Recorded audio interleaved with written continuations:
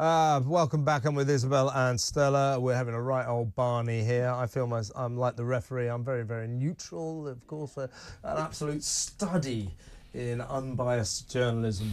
It's the election, you know, got to be balanced. Right, let's start. I think we probably all agree with this. This Westminster gambling scandal, Stella. I mean, Labour were slightly drawn into it yesterday. Well, I did think that this Kevin Craig guy was a very different kind of situation to the Tories. The difference between some of these bets and some of the ones that are going to get people in trouble is just this. Under the Gambling Act, it is illegal to put a bet on and win money if you have inside information that is not available to the general public. Now, if these Tories accused of putting bets on the election date were working with information that emanated from the Prime Minister, however indirectly or directly, then these bets were illegal. Kevin Craig was just a guy who figured, I'm not going to win this constituency, so I might as well put a few quid on it. Perhaps not the most astute political move ever, but I don't think he has committed any kind of crime. He's just been, as he admitted, guilty of an extremely bad error in judgment. But the latest person to be involved in all of this is, there was lots of talk, there's a cabinet minister, there's a cabinet minister. Turns out it seems to be Alistair Jack, the Scottish secretary, who went round, he said he was joking, make of that what you will, that he won £2,100 on flutters on the election date. He since in high dudgeon, harumphing, said, I did not place any bets on the election date in May.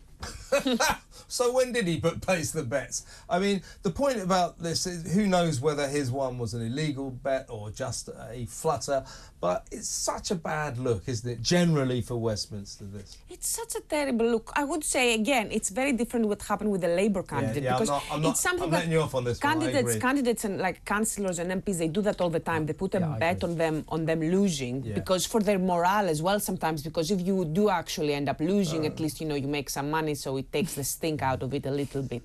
But with the rest of them, especially, you know what I found really weird? There were even security staff, Rishi Sunak security staff, who possibly put a bet on that.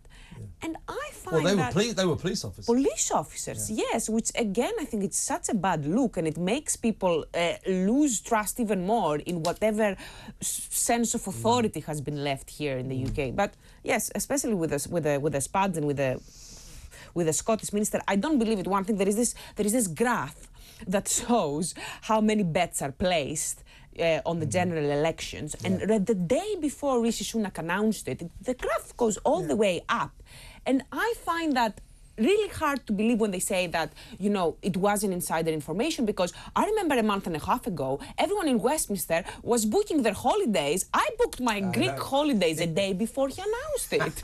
Yeah, a lot of Peter Caldwell did that as well.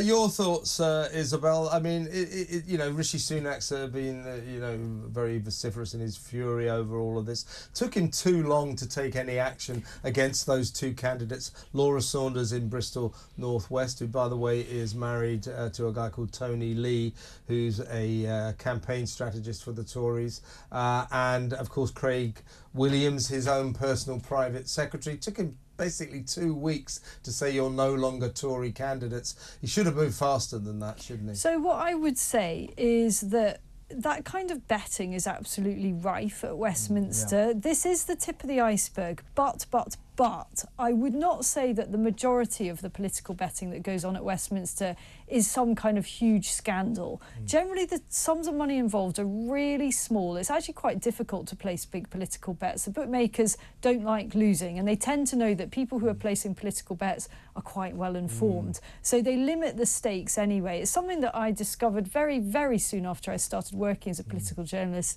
as a lobby journalist in Westminster, that kind of everybody was at it, but I don't want to suggest that everyone was raking in huge sums of money from insider information. On the side. And often it genuinely is a flutter, because it's a bet on something the outcome of which nobody can control. So generally people are betting on, for example, who's going to be the next Tory leader. Well, no one can control that. Nobody can stitch that up, can they? clearly it's different category. If you're betting, if you work for the Prime Minister and you know that he's going to call the election tomorrow and you put a bet in once you have that knowledge, that is obviously dodgy. And I don't agree with you about betting on yourself to lose. I totally get what you say about it kind of softens the blow if you lose, you know, but it kind of raises a bit of an ugly spectre of a candidate deliberately running a really shoddy campaign. So not a chance. I That mean, guy's the CEO of a I've got this I'm idea. just going to say, in reality, you're never going to be making enough money for it to be worth doing that. But people will think that's what might go on. And you know, to be fair to Starmer, he acted very, very quickly and kicked him out, and actually returned a £100,000 donation that Kevin Craig made. I know he didn't need the money. I mean, it's kind of like, why would you do it? But exactly, that's what shows to you that it's likely not. It's likely a lot more innocent. It's a game, isn't it? But quick last question to you, Isabel. I mean, I think one of Rishi's many problems, I mean, after this absolutely catastrophic campaign, you know, I mean, could it have been any worse? Not really. In your worst nightmares? No, it couldn't. But for a while, he tried to hide behind this ridiculous fence where he said, well, it's only right that the Gambling Commission continue their investigation until such time as they reach their conclusion. And then somebody said, look, Rishi, you're the Prime Minister. These are your candidates. Call them in and say, did you place this bet or not? And if the answer's yes, they're out of there. I think it took him too long to realise that. He's not much of a leader, is he? This is the classic thing. The politicians always do this. Oh, you know, I mean, Keir Starmer did the same with Angela Rayner. I'm not going to pass any judgment because there's a police inquiry. The investigation should be allowed. You know, similarly with, you know, all that Partygate stuff, you know, Prime Minister saying it would be wrong, let's leave it to Sue Gray. This is what they do, and it always ends up going badly for them. They're better just making a judgment, I think. Unbelievable that you just mentioned Angela Rayner, as if there is any comparison whatsoever with the betting scandal. There is nothing. There was no case to be answered. No, we're talking about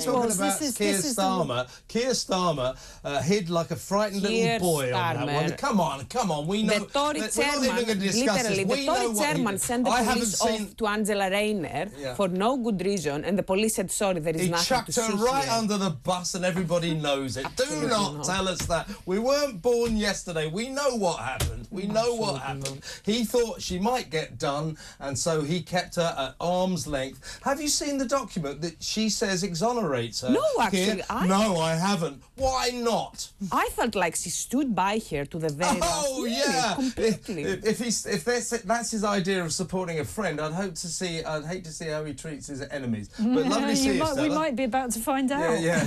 Stella, it's great to see you. Thank you so much for coming in. And you could stick around for our last. I think I'm going to lose interest when there's no fighting to do. Bring it back. Let's do this every week. We'll have a good fight. So that was great fun. Thank you very much. Come and do it again, yeah? We've got another, what is it, 2 weeks for the election or next week? Yeah, I've got to do some more of this thing called balance, so I need you. So thank you very much to Stella, and Isabel's going to stick around.